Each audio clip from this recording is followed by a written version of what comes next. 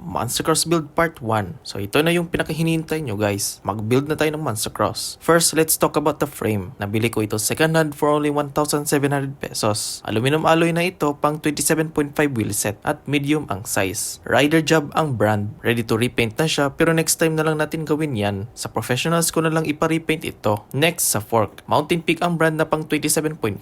Nabili ko kay JZ Bike Shop. Nabili ko ito 2,900 from 3,000 price. So maraming salamat po kay ma'am dahil diniscount pa niya ang price. Ito yung pinili ko kasi naka-flash siya sa frame. Yes, smarte ako when it comes to this kind of matter guys. Third headset. 4455 po itong head tube. So itong Mountain Peak ceramic headset ang nabili ko galing kay Willys Bike Shop. Dalawa ang lower cap niya. Ang isa almost 54 at 56. Pero 54 ang gagamitin natin. Ang crown race naka-combined siya, turning it like an adapter. Since tapered na ang fork natin, we don't need this inner race. Sa ito lang need natin. So, lagyan natin ng grasa ang fork, install natin ang crown race, sa head tube din, lagyan ng grasa, at install natin with my sophisticated rubber mallet. Disclaimer, hindi recommended itong klaseng way of installation sa headset. So, next time guys, bibili na talaga ako ng headset press. Kung lagi na tayong mag-build ng bike. So, ayan, sinukat ko na ang fork sa frame, lagay ang compression ring, upper cover, at itong stem. Sa parts bin lang ito galing. Naglagay ako ng mark sa steer tube, at dito ko pinutol. Skip natin itong parts since pinutol ko lang naman ito at boring. After ko naputol, install natin ang star nut or flower nut. Itong 2 pre na tool ang ginamit ko para nakasit straight siya sa loob. Again, skip natin itong part kasi boring. At ayan, okay na ang frame at fork natin. So, abangan nyo na naman ang part 2 nitong build.